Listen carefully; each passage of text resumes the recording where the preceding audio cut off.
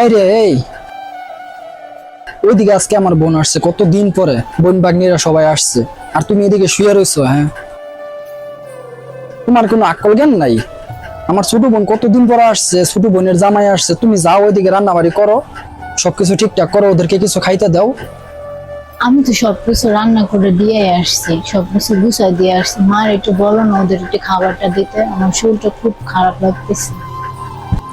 কি এখন গিয়ে আমার মায়ের কইতে হইব না? আচ্ছা তুমি তাহলে ঘুমাও, আমি আমার মায়ের কই, কি আর করবো এখন? তোমার শরীর খারাপ, ভালো না, তো তুমি শুয়ে থাকো। আমারই ভুল হয়েছে তোমার এখানে আসা। আর তোমার শরীর খারাপ হয় কি এর জন্য এটা আমি বুঝি না। আমার বোন বাসা আসলে তো তোমার শরীর খারাপ হয়ে যায়, বুঝি তো। থাক ভাই, তুমি এখন ঘুমাও, আমি গেলাম। আমার বোনের আমার মাই রান্না বাইরে খাওয়াইতে পারবো, তোমার দরকার নেই।